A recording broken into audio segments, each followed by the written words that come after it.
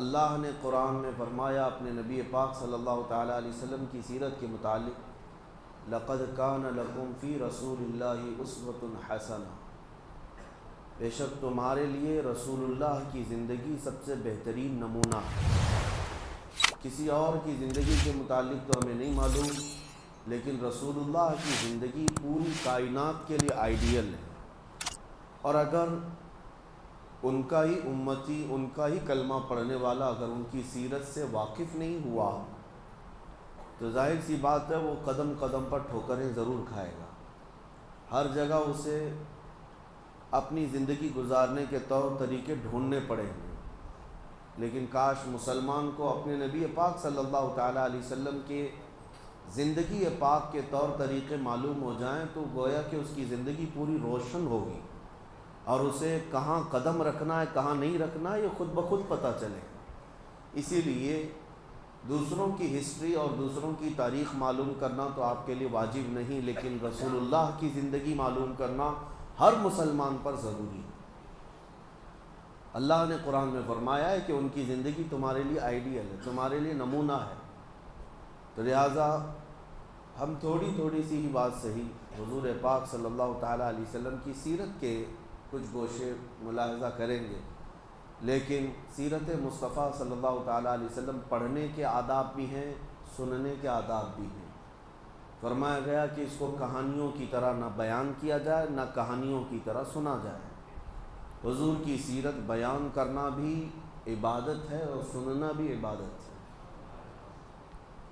جس طرح عبادات کے لیے آدمی ہمتن گوش ہو جاتا ہے اور اپنے آپ کو مؤدب بنا لیتا ہے، حضور کی سیرت کا درس ہو تو آدمی کو مکمل ہمتن گوش ہو کر اس سیرت کی طرف اپنے کان لگا دینا ہے۔ سو کر کے سننا یا بے اعتنائی میں بے توجہی میں سننا سخت ناجائز ہے۔ سیرت مصطفیٰ کی بات کر رہا ہوں۔ سب سے پہلے جو بھی کتاب آپ اٹھائیں گے حضور پاک صلی اللہ علیہ وسلم کی سیرت کی، اس میں سب سے پہلے آداب لکھے ہوں گے کہ سیرت پڑھنے والا ہمیشہ وضو کے حالت میں حضور کی سیرت پڑھا کرے۔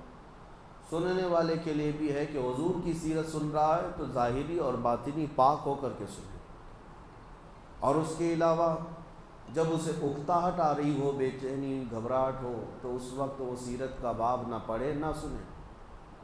یعنی جیسے نیند آ رہی ہو، جمائیاں لے رہا ہو اور ایک ہاتھ سے سیرت مصطفیٰ کی کتاب پڑھ رہا ہو، یہ سخت بے ادبی قرار دی گئی۔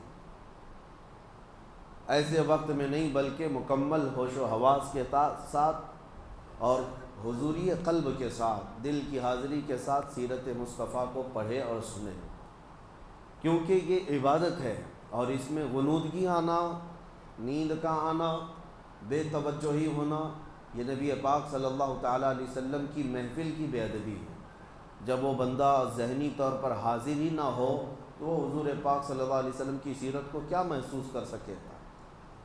اور دوسری بات آداب میں یہ بیان کیا گیا ہے، جب رسول کریم صلی اللہ تعالیٰ علیہ وسلم کی سیرت بیان ہو، یا تم کتاب میں پڑھ رہے ہو یا کہیں سن رہے ہو، تو مکمل اپنے ہوش و حواس کو یوں حاضر رکھو جیسے کہ تم خود رسول اللہ کو دیکھ رہے ہو۔ نبی پاک صلی اللہ تعالیٰ علیہ وسلم کو دیکھنے کے تصور کے ساتھ پھر سیرت پڑھے۔ اسی لیے سیرت کے کئی گوشے ہیں۔ سیرت جو ہے کس کو کہا جاتا ہے؟ زندگی کے پورے طور طریقے جو بھی ہیں ان سب کے مجموعے کا نام سیرت ہے۔ اس میں جس کی سیرت بیان کی جا رہی ہے اس کی عمر بھی ہوتی ہے، اس کی زندگی کے شب و روز بھی ہوتے ہیں، بچپن بھی ہے، جوانی بھی ہے، اور شادی کی زندگی بھی ہے، تجارت کی زندگی بھی ہے، معاملات بھی ہیں، عبادات بھی ہیں، عادات بھی ہیں، سب کل ملا کر کے جو زندگی کا نچوڑ ہوتا ہے اس کو سیرت کہا جاتا ہے۔ تو ہم نبی پاک صلی اللہ علیہ وسلم کی سیرت کو کئی گوشوں میں تقسیم کرتے ہیں۔ سب سے پہلے نبی پاک صلی اللہ تعالیٰ علیہ وسلم کی پیدا ہونے سے پہلے کے حالات کیا تھے یہ بھی جاننا ضروری ہے۔ کس علاقے میں آپ کی پیدائش ہوئی یہ بھی جاننا ضروری ہے۔ اس کا لوکیشن کس لیے چنا گیا یہ بھی جاننا ضروری ہے، کیونکہ نبی پاک صلی اللہ تعالیٰ علیہ وسلم رحمت للعالمین بن کر آ رہے ہیں پوری کائنات کے لیے۔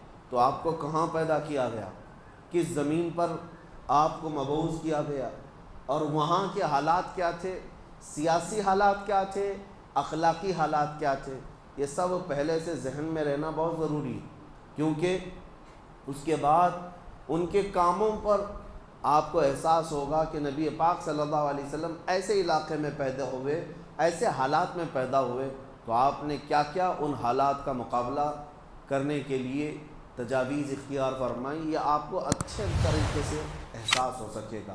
سب سے پہلی چیز، پوری دنیا کا ایک لوکیشن ایسا ہے مکہ مکرمہ، جس کو سینٹر کہا جاتا ہے کئی علاقوں کے اعتبار سے، مرکزی حیثیت حاصل ہے مکہ مکرمہ کو، اور سخت سنگلاخ زمین، پتھریلی سرزمین ہے، آس پاس سارے علاقے پتھریلے ہیں، اور یوں سمجھ لیں کہ کوئی وہاں پر آب و گیاہ نہیں، سبزے نہیں، اور کھیتی باڑیوں کا رواج نہیں، ایسی ایک سخت زمین ہے، لیکن لوکیشن کے اعتبار سے ایک ایسی سینٹرل زمین کہ اس زمانے میں بھی پوری دنیا بھر سے لوگ تجارت کی غرض سے بھی، عبادت کی غرض سے بھی مکہ مکرمہ ضرور آتے تھے۔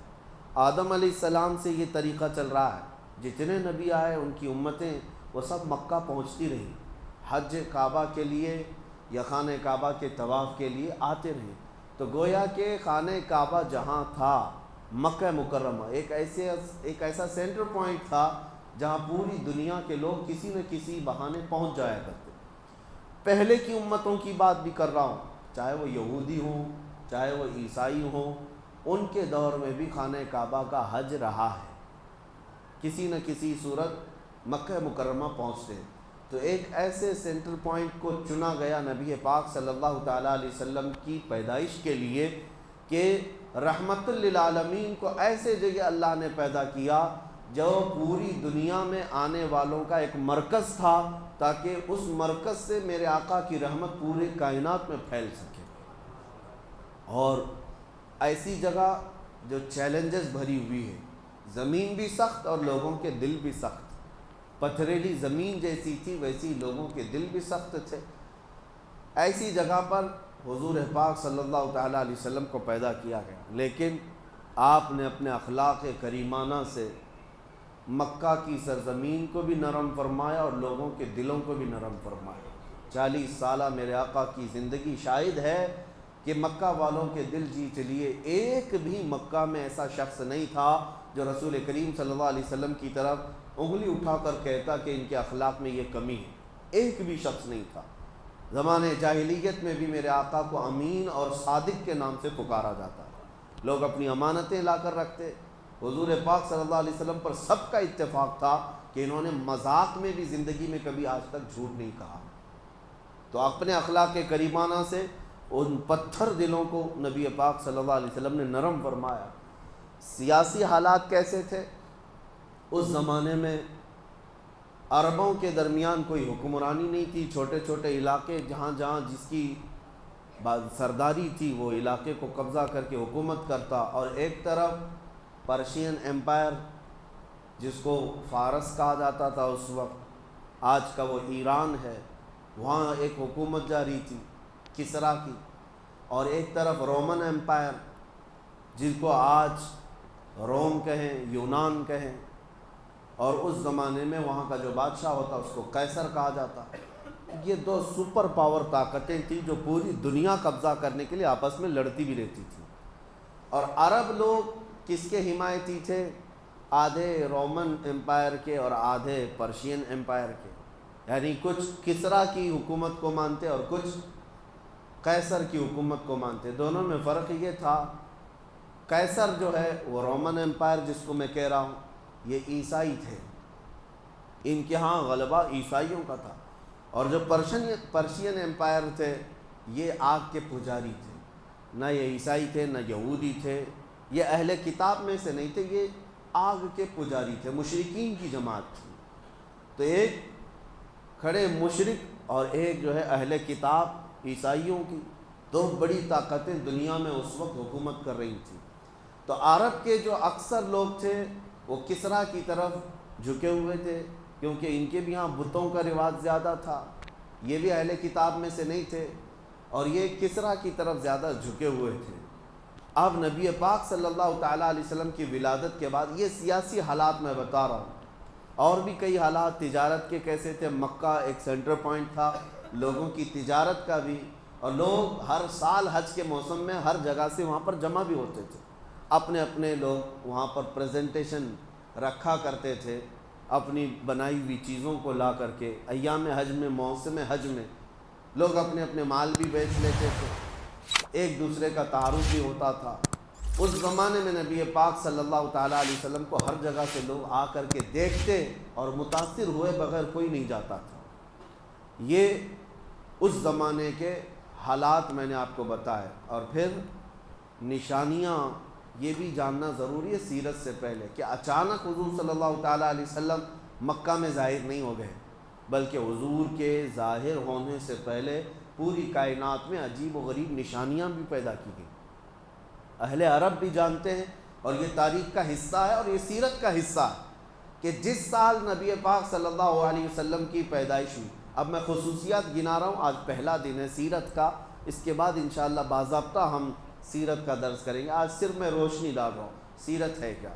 حضور کی پیدائش کے سال پورے مکہ میں جتنے بھی عورتوں کے بچے ہوئے سب لڑکے پیدا ہوئے، ایک بھی لڑکی نہیں پیدا ہوئی مکہ مکرمہ۔ اس سال کی خصوصیت تھی عرب کی سرزمین، جیسے کہ میں نے کہا مکہ سنگلاخ زمین ہے، پتھریلی سرزمین ہے۔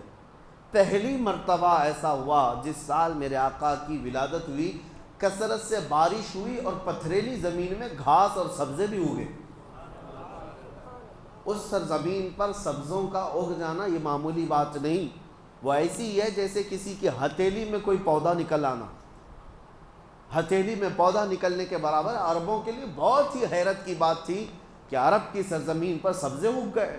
مکہ مکرمہ میں بارش بھی ہوئی، سبزہ بھی اگا۔ یہ حضور پاک صلی اللہ علیہ وسلم کی ولادت کا سال، یہی وہ سال ہے جب ابرہہ بادشاہ ہاتھیوں کی فوج لے کر کے خانہ کعبہ ڈھانے آیا تھا، ختم کرنے آیا تھا۔ اللہ رب العزت نے ابابیل چڑیوں کی فوج کو بھیجا اور پوری فوج کو ہلاک کر دیا۔ وہ چھوٹی چھوٹی سی چڑیاں آئیں اور اپنی چونچ میں، اپنے پیروں میں ایک ایک کنکریاں لے کر آئیں، اوپر سے گرا دیتی تھی اور ہاتھیوں کے پیٹ پھٹ کر کے آگ لگ جاتی تھی، اور پوری فوج کو کیسے کیا، کعصف مأکول، اللہ فرماتا ہے ایسے کر دیا گیا جیسے چھلی ہوئی مرغی ہوتی ہے۔ پوری فوج جو ہلاک ہوئی، عام الفیل اس کو کہا گیا۔ یہ حضور پاک کی ولادت کا ہی سال تھا۔ نبی پاک صلی اللہ تعالیٰ علیہ وسلم کی پیدائش کے وقت جو خصوصیات ہوئیں، پھر ایک عجیب و غریب چیز عربوں نے دیکھا کہ ایک جنگل سے بھیڑیے کو، ایک جانور کو باہر شہر کی طرف آتے ہوئے لوگوں نے دیکھا۔ چونکہ یہ درندے جانور عام طور پر شہروں میں نہیں آتے، جنگل کے درندے جنگل میں رہتے ہیں۔ شہر کی طرف آیا اور جب لوگ اس کی طرف متوجہ ہوئے تو فصیح عربی زبان میں بات کرنے لگا اور لوگوں سے کہنے لگا کہ اے لوگوں، کیا تمہیں خبر ہے کہ اس سرزمین پر اللہ کا ایک آخری رسول آنے والا ہے؟ یہ بشارت بھی ہوئی۔ اس کے علاوہ ان کو ارحاسات کہتے ہیں، یعنی حضور کی پیدائش سے پہلے جو عجیب و غریب معاملات ہوئے ان کو کیا کہتے ہیں؟ ارحاسات۔ حضور کی زندگی میں جو چیزیں ہوئی ہیں وہ معجزات ہیں۔ حضور نے اپنی انگلی سے چاند کے ٹکڑے کی، یہ کیا ہے؟ معجزہ ہے۔ اور حضور کی پیدائش سے پہلے جو عجیب و غریب حالات پیش آ رہے تھے ان کو ارحاس کہتے ہیں، ارحاس۔ تو اور اس کے علاوہ ایران میں، ملک فارس میں 2 ندیاں ہیں، بحیرہ ساوا اور ایک سماوا۔ بحیرہ ساوا، بحیرہ چھوٹی ندی کو کہتے ہیں، یہ پوری سوکھ گئی تھی، سوکھی ہوئی ندی تھی، کئی سالوں سے اس میں کوئی پانی نہیں تھا۔ لیکن جس سال نبی پاک صلی اللہ تعالیٰ علیہ وسلم کی ولادت ہوئی، اچانک وہ ندی پورا پانی سے بھر گئی تھی۔ کہاں سے پانی آیا، کیسے بھری، کسی کو نہیں معلوم، لیکن وہ بھی ایک بہت عجیب بات تھی پوری دنیا کی۔ اور بحیرہ سماوا، ایک اور ندی جو لبالب بھری ہوتی، یہ حضور پاک صلی اللہ علیہ وسلم کی ولادت کا دن تھا، 12 ربیع الاول شریف۔ وہ بحیرہ سماوا اچانک ایسی سوکھ گئی کہ زمین کے بھی حصے نظر آنے لگ گئے، ایک بھی پانی کا بوند نہیں تھا۔ جو لبالب بھری ہوئی ندی تھی، ایک سوکھی ہے اور ایک جاری ہے۔ 1000 سال سے وہاں آگ کی پوجا کرنے والے ایرانی جو آتش پرست تھے، آگ کو کبھی بجھنے نہیں دیتے تھے، دن رات 24 گھنٹے ڈیوٹی لگی رہتی پجاریوں کی آگ کو روشن رکھنے کی۔ 1000 سال سے اس آگ کو جلائے رکھا تھا، بجھنے نہیں دیا تھا۔ جو حضور پاک صلی اللہ علیہ وسلم کی ولادت کا دن تھا کہ اچانک آگ بجھ گئی، کسی کے کنٹرول میں نہیں تھی، اچانک آگ بجھ گئی۔ یہ بھی تاریخ کا ایک بہت عجیب و غریب واقعہ تھا۔ 1000 سال جس کی تاریخ ہے بجھنے نہیں دیا گیا، وہ اچانک کیسے بجھ گئی؟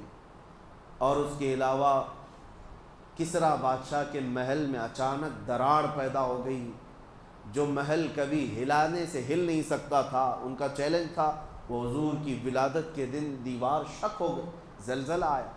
یہ پوری کائنات میں جو عجیب و غریب حالات پیش آئے، لوگ حیرت میں تھے کہ کچھ تو ہو رہا ہے۔